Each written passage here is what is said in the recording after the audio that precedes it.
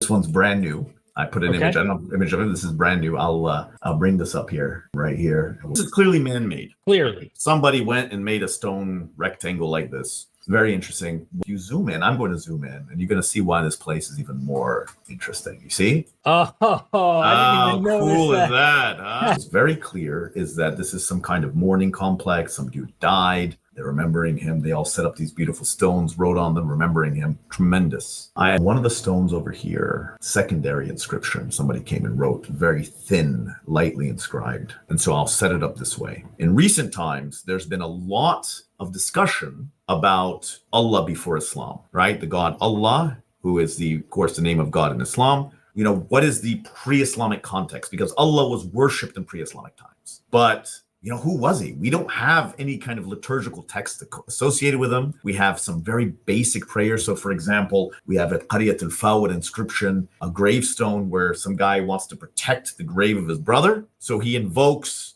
Kahal, Allah, and Athar al-Shariq, these three gods, Allah being one of them, to, you know, protect the grave. Fine. But that doesn't really tell us anything about this deity. We don't know anything. Okay, he's part of a triad. That's what, you know, from an Islamic perspective, they would say that shirk, fine, association, but that's not new. But we know nothing about him, fine. He had some interesting prayers to Allah. This prayer was by a man who had just been appointed a military commander. And so what does he do? Aslaya, he makes a burnt offering. Wa aqsama billah hayya, and he swore an oath by Allah, hayya, who is living.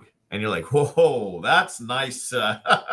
That's interesting to talk about a living God. But, you know, that's just a glimpse. Allah occurs in Safavidic at the time that I wrote my book 41 times. All right. We don't know anything about him. Now, I have some ideas of it. Allah is clearly an epithet, meaning it's not the proper name of a God. It literally means, it literally means the God. Okay. That the Safavidic guys, so the guys out here in the desert, that they took this God from their neighbors because they like to use the definite article ha. They don't use al, but the Nabateans use al. So it's very likely that they took this God from the Nabateans. They brought him over. Okay, fine. But who is he? What do we know? So we found an inscription here. Now, the inscription begins with a guy lamenting the widespread, basically afflictions were all over the place. The land had been afflicted. All right, it's bad. So he calls out to Allah.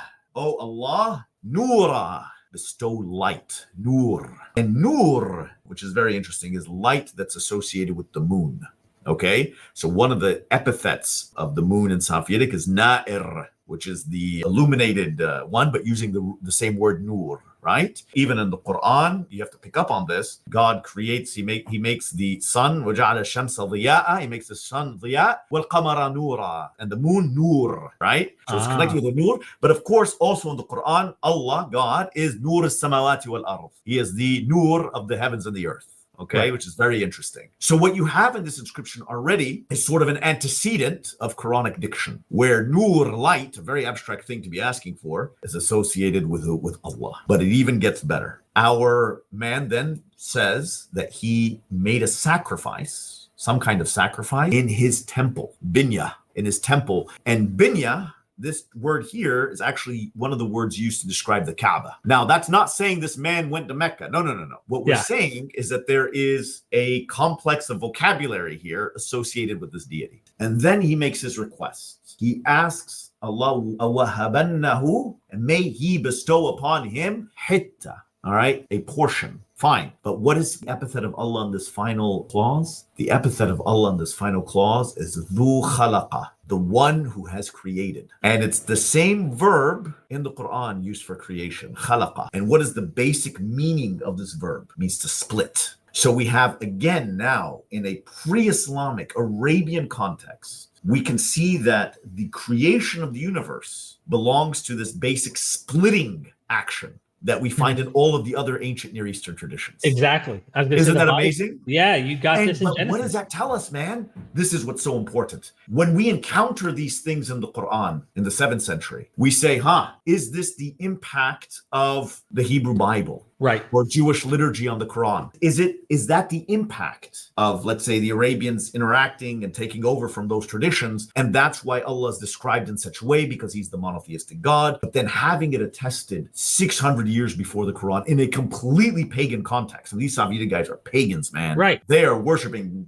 50, 60 gods. And that's the ones we know about. And they have no problem worshiping Allah beside other gods. They do it all the time. But in this completely pagan context, we see the same package of vocabulary and concepts that appears in the Qur'an. So this precludes direct borrowing, but rather speaks to what? It speaks to a shared Near Eastern mythological heritage where the cosmos is created through the act of splitting, separating, right? Yep. This is it. And that's the verb khalaqa there already in Safiyyic, right? Arabic isogloss associated with Allah at his temple, asking him for nur. It all comes together and it's all, we're saying 600-700 years before the Qur'an.